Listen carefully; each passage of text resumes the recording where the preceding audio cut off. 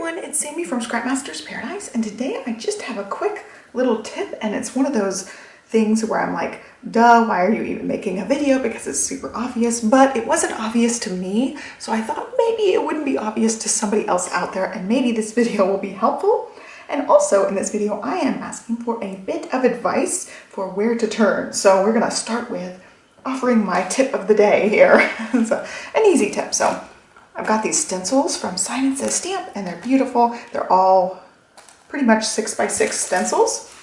And I had this one, and it was beautiful, but I wanted the ink to go around the circle, and it is done as a 6x6 square. So I got the genius idea to chop it apart. So it's actually now 2 pieces. So if you want to have just that skinny border around the circle, you can do that, or you can just use it as a circle. And I made sure to trim the little nubs off the edge so you get a clean looking circle, because that's exactly what I wanted to do. I had this idea for making it kind of galaxy-esque around the circle. I wanted it to spread out, and so I ended up cutting it apart. So I went ahead and kept this piece in case I wanted to put it back together for some reason. And also I could use this to just add a curve. I have to still trim the nibs on this side of the stencil, but I trimmed it on this side.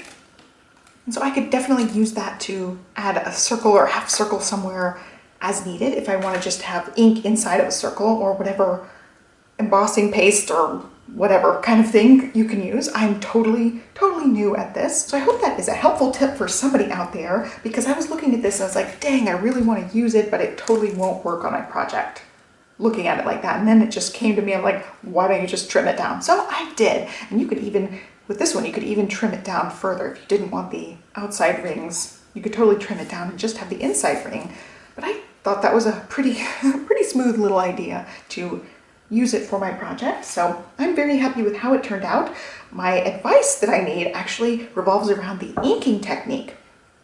I have a Tim Holtz ink applicator, which is the rectangle shape. I've got the foam and the little, what is it, felt things for that.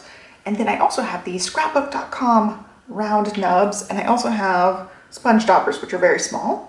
But I was thinking my technique totally needs work, because I can see some actual circles here and there. I was really trying hard not to make circles. I was trying to dab gently, but it's just totally not working for me. So I need to know, like, your best tips and tricks videos. Leave them down below for me so I can see who I need to follow for advice on this to make my ink application smoother. I've tried to use these a few times and I'm still just getting circles with them. I don't know if I'm using the wrong inks. These were just the regular distress inks for this project.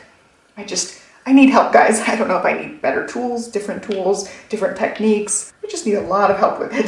It's just not turning out how I want it to turn out. I see people's other ink projects and they're beautiful and flawless, and I get random circles and I'm not super happy with the circling.